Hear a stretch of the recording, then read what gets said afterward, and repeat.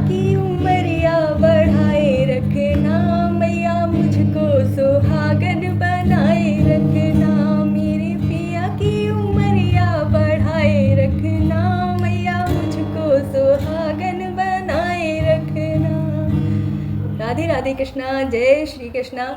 तो करवा चौथ आ रहा है और हम सभी लोगों ने करवा चौथ की खूब सारी तैयारियां कर ली हैं। आपने भी ज़रूरी कर ली होंगी। अगर करवा चौथ के व्रत में सही नियमों का पालन कर लिया जाए तो आपका व्रत पूर्ण हो जाता है। बहुत छोटी छोटी सी बातें होती हैं जिनसे अगर आप नियम से कोई भी व्रत पूजा करते हैं तभी आपका व्रत पूर्ण होता है। तो वीडियो से पूरी तरह से जुड़े रहिएगा, आपके लिए बहुत ही यूज़फुल है ये वीडियो। छोटी छोटी बातें जो हैं वो भी पूरी तरह से बताऊँगी। तो शुरू से सरगी से लेकर किस समय पर सरगी खानी है, इसे लेकर पारण तक की जो भी विधि है वह संपूर्ण विधि समझाऊंगी।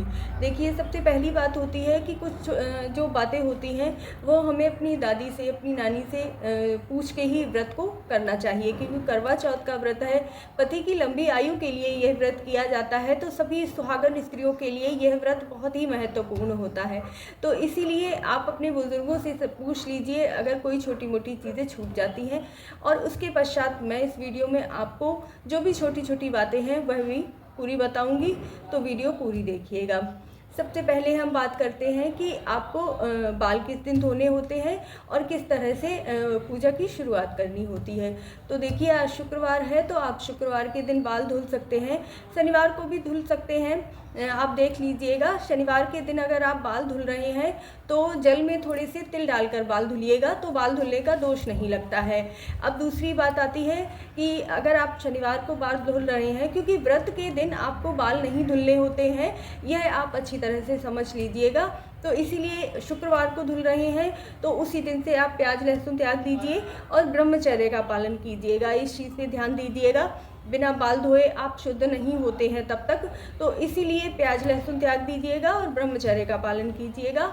और यदि शनिवार को धुल रहे हैं तो उसका फिर वही नियम है। इसके बाद आप रविवार को करवा चौथ का व्रत पड़ रहा है तो करवा चौथ का व्रत आप रविवार के दिन सुबह से आप शुरू करेंगे। अब दूसरा नियम आता है कि सरगी किस समय खानी होती है। तो हर जगह का अलग अलग नियम है। हमारे यहाँ यह नियम है कि रात के 12 बजे के बाद कुछ भी नहीं खाते हैं। रात के 12 बजे से पहले खाना खा लीजिए, पानी पी लीजिए, जो भी खाना है वो खा सकते हैं। तो हमारे यहाँ रात के 12 बजे कुछ भी मिठाई वगैरह लेकर जो खाना खाते हैं वो खाना खा लेते हैं। उसके बाद मिठाई लेकर और पानी वगैरह अच्छे से पी लेते हैं, उसके बाद फिर कुछ नहीं पिया जाता है। अगर आपके यहाँ सुबह सरगी खाई जाती है तो देख लीजिएगा, कहते हैं चिड़ियों की आवाज़ ना आए उससे पहले सरगी खा लेनी चाहिए। और इनमें भी आप ज़्यादा भरपेट मत खाइएगा, वरना आपका व्रत रहना बहुत मुश्किल हो जाएगा। हल्का भोजन कीजिए, नारियल पानी पी लीजिए, फल फ्रूट खा लीजिए और जूस वगैरह पी लीजिए। इस तरह से खाएंगे पिएंगे तो आपका व्रत अच्छी तरह से होगा। और ज़्यादा टाइम का व्रत भी नहीं होता है। बहुत से व्रत हैं जो 36 घंटे तक रहे जाते हैं तो उनमें ज़्यादा परेशानी होती है, लेकिन करवा चौथ का व्रत शाम को चांद देखकर पूर्ण हो जाता है। तो देख लीजिएगा, आप सरगी में जितना हल्का खाएंगे उतना ही आपको ज़्यादा अच्छा रहेगा। भद्रा लग रही है तो आपको ज़्यादा चिंता करने की ज़रूरत नहीं है, क्योंकि भद्रा सुबह 6:20 से लेकर 6:46 तक लग रही है। तो आप देख लीजिएगा, काफ़ी लोग जो जैसे हमारे यहाँ रात के 12 बजे से पहले ही भोजन कर लिया जाता है, उसके बाद सरगी नहीं खाई जाती है, कुछ भी नहीं खाया जाता है। तो हम लोग सुबह नहा धोकर और फिर पूजा करते हैं और व्रत का संकल्प लेते हैं। तो अगर आपके यहाँ ऐसा होता हो तो इस समय से बच जाइएगा। उसके बाद अपनी पूजा वगैरह जो प्रतिदिन की है वह कीजिएगा और उसी समय व्रत का संकल्प लीजिएगा। तो ये 6:20 से लेकर 6:46 का जो टाइम है उसे मैनेज कर लीजिएगा। इस समय पर व्रत का संकल्प मत लीजिएगा। और जिनके यहाँ सरगी खाई जाती है तो सरगी खाने से पहले नहा धो लीजिएगा, उसके बाद आप सरगी खाइएगा और उसी समय आप व्रत का संकल्प ले सकते हैं, अपनी पूजा आदि कर सकते हैं। यदि आप बहुत सुबह उठे हुए हैं और सरगी खाने के बाद सोना चाहते हैं तो सो जाइए, उसके बाद नहा धोकर उसके बाद पूजा अर्चना कर लीजिएगा। आपको जैसा भी सही लगे आप कर सकते हैं, ऐसा नहीं है। क्योंकि आप अगर शरीर को कष्ट देकर किसी तरह से करेंगे तो आपको ही तकलीफ होगी और आपका व्रत भी पूर्ण नहीं हो पाएगा। काफ़ी लोगों का प्रश्न होता है कि पूजा किस समय पर करनी चाहिए। तो देखिए, आप प्रदोष काल के समय पूजा कर सकते हैं। शाम होने से पहले आप पूजा अर्चना कर लीजिए और दीपक जला लीजिए। जो भी पूजा की जाएगी उससे पहले ही अपना दीपक जला लीजिए, कथा कह लीजिए, आरती कह लीजिए, अपना करवा तैयार कर लीजिए। हर जगह करवा अलग अलग तैयार किया जाता है, कहीं पर चीनी का तैयार किया जाता है। हम जब लखनऊ में रह रहे थे तो हमने देखा था वहाँ चीनी के बड़े सुंदर छोटे छोटे से करवे मिलते थे, लेकिन हमारे यहाँ वो नहीं लिए जाते हैं, इसलिए हमने नहीं लिए कभी भी। हमारे यहाँ जो करवा भरा जाता है उसमें पहले धान पान का भरा जाता है। तो सबसे पहले जो पोहा होता है ना, चिवड़ा, उसे भरा जाता है। उसके पश्चात पूड़ी और मीठी पूड़ी और जो मिठाई आती है उसका भरते हैं। तो आप देख लीजिएगा जैसा भी आपके यहाँ करवा भरा जाता हो, क्योंकि काफ़ी जगह पर चीनी से भी भरा जाता है। तो आप देख लीजिएगा जैसा आपके यहाँ बड़े बूढ़े बताएं उसी तरह से आप अपना करवा भर लीजिएगा। तो ये तैयारी आप पहले से ही कर लीजिएगा। और हाँ, कहते हैं ना करवा चौथ पे 16 श्रृंगार किए जाते हैं। तो सबसे ज़्यादा ज़रूरी होता है कि आप अपने माथे पर बेंदी लगाएं, नाक में नथ पहने, मंगलसूत्र ज़रूर पहनिएगा और पैरों में महावर लगाइएगा। इस तरह से आप अपना 16 श्रृंगार ज़रूर कीजिएगा। और एक चीज़ और ध्यान रखिएगा कि काफ़ी लोग आजकल चलन हो गया है कि किसी भी रंग के कपड़े लेकर आते हैं। तो आप ध्यान दीजिएगा कि आप काले, नीले इस तरह के कपड़े मत लेकर आइएगा करवा चौथ पे। पूरे साल आप लोग इंतज़ार करते हैं करवा चौथ के व्रत को रहने का, और उसके पश्चात आप इस तरह से कपड़े पहनेंगे। या फिर आप बिंदी भी देखिए तो लाल रंग की ही लगाइएगा, काली या नीली मैचिंग की इस तरह से बिंदी मत लगाइएगा, लाल बिंदी लगाइएगा। बहुत ही शुभ माना जाता है लाल बिंदी लगाना माथे पर। बहुत एक एक छोटी छोटी चीज़ का भी बहुत महत्व होता है। तो करवा का व्रत आप पूरे तन मन से कीजिएगा, उसमें इस तरह की गलतियां मत कीजिएगा। तो देख लीजिएगा आप जो भी साड़ी लेकर आए वह लाल रंग की हो, या फिर थोड़ा सा गुलाबी, पीली ये चल सकते हैं, लेकिन नीले हैं, ग्रे कलर है, ब्राउन कलर है, इन रंगों से बचना चाहिए। पांचवा सवाल ये होता है कि मासिक धर्म के समय आपको किस प्रकार पूजा करनी है। तो आप समझ लीजिएगा अच्छी तरह से कि उस समय आपको गौरा माता की पूजा और करवा चौथ माता की पूजा नहीं करनी होती है। आप किसी और से वह पूजा करवा सकते हैं। और जो सिंदूर दान किया जाता है तो आप किसी से माता रानी पे सिंदूर लगवा दीजिए, और उसके बाद आप सिंदूर लेकर अपनी मांग में 7 बार सिंदूर भरा जाता है। तो अपनी मांग में 7 बार सिंदूर भर सकते हैं और चंद्रमा को अर्घ दिया जाता है। तो वह कार्य आप कर लीजिए। और आपके करवा यहाँ भी अगर करवा में पूड़ियाँ वगैरह भरी जाती हैं तो वो माता रानी को अर्पित की जाती हैं, इसीलिए वह भी आप किसी और से ही बनवाइएगा, स्वयं मत बनाइएगा। और अगर नहीं हो पा रहा है, कोई नहीं है घर में, तो आप ऐसा कर सकते हैं कि अपना करवा मिठाई से भर लीजिएगा। और उसके पश्चात आप बच्चों से, आपके घर में पति हैं, आपके बच्चे हैं, उनसे गौरा माता की, भोले बाबा की पूजा करवा दीजिए, करवा माता की पूजा करवा दीजिए। और उसके बाद आप सिंदूर अपना स्वयं लगा सकते हैं और चंद्रमा की पूजा कर सकते हैं। और इसके पश्चात जो करवा फेरी की जाती है, आप स्वयं करवा फेरी कर लीजिए, उसमें कोई दोष नहीं लगता है। सिर्फ माता रानी की पूजा नहीं की जाती है, तो माता रानी की पूजा आप इस प्रकार कीजिएगा कि आपको कोई दोष ना लगे। और मासिक धर्म के नियमों होते हुए भी आपको यह व्रत छोड़ना नहीं होता है। मैं पहले भी बता चुकी हूँ कि करवा चौथ का व्रत किसी भी परिस्थिति में नहीं छोड़ना होता है। जब से आपका विवाह हुआ है तब से लेकर आपको यह व्रत हमेशा ही रहना होता है। अगर कोई परेशानी बन रही है, किसी कारण से आप नहीं कर पाते हैं, तो आप यह कर सकते हैं कि जल पी लीजिए, चाय पी लीजिए, दवाई वगैरह खा रहे हैं तो खा लीजिए। व्रत तो होना ही चाहिए, क्योंकि ऐसा कहते हैं ना कि अगर बहुत कुछ नहीं कर पा रहे हैं तो गौरा माता की कृपा से हम पूजा अर्चना कर लें, थोड़ा बहुत कुछ कर सके उनके लिए। तो इसीलिए इस नियम का आप पालन जरूर कीजिएगा। और देख लीजिएगा आप कि आपका व्रत पूर्ण होना चाहिए।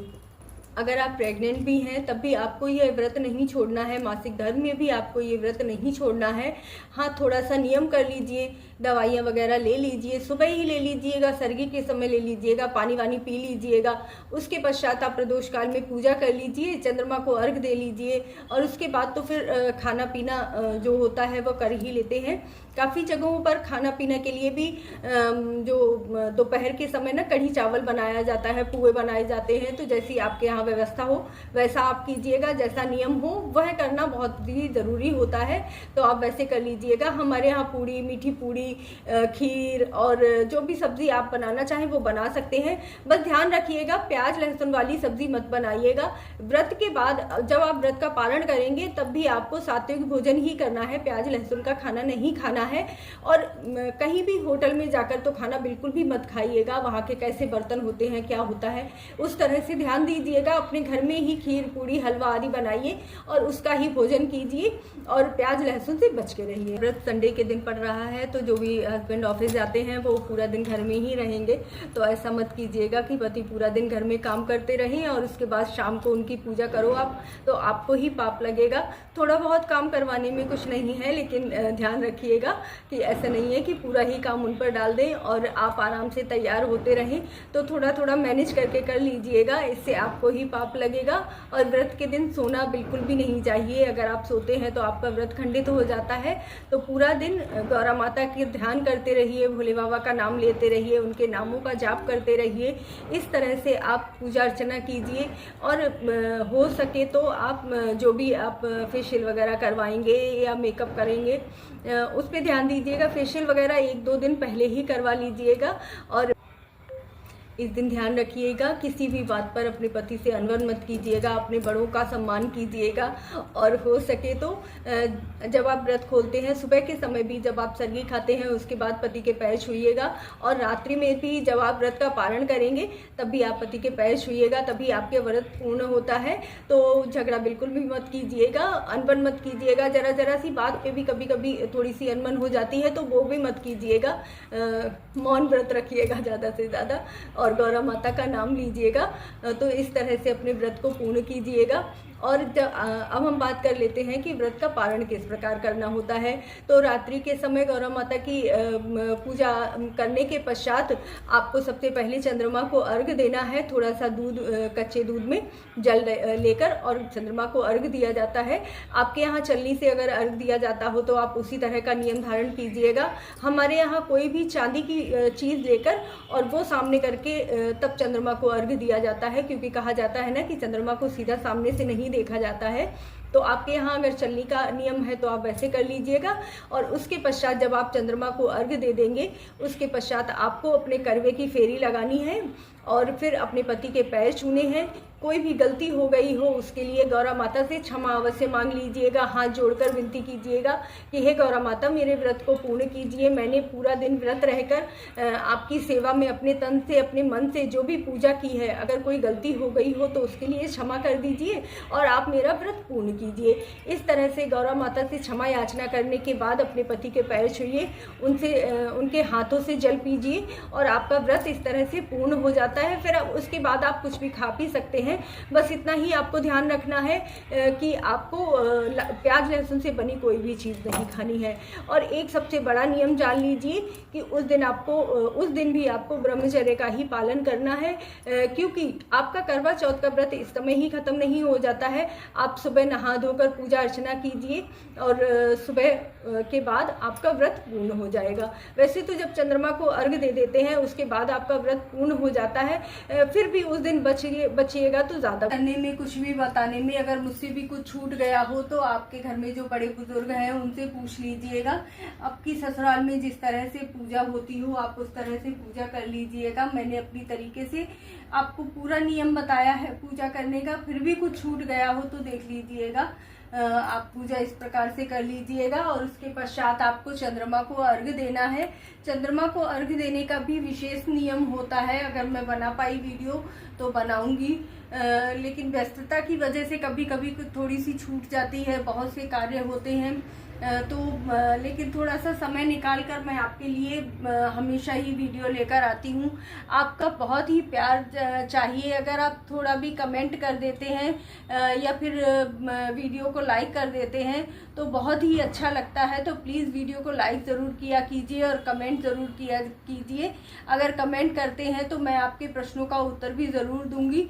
तो देख लीजिएगा। वीडियो पूरी देखने के लिए धन्यवाद। इसी तरह से मुझसे जुड़े रहिए। धार्मिक कथाओं के लिए, पूजा अर्चना के लिए, आपके लिए मैं नई नई वीडियोस लाती रहूँगी।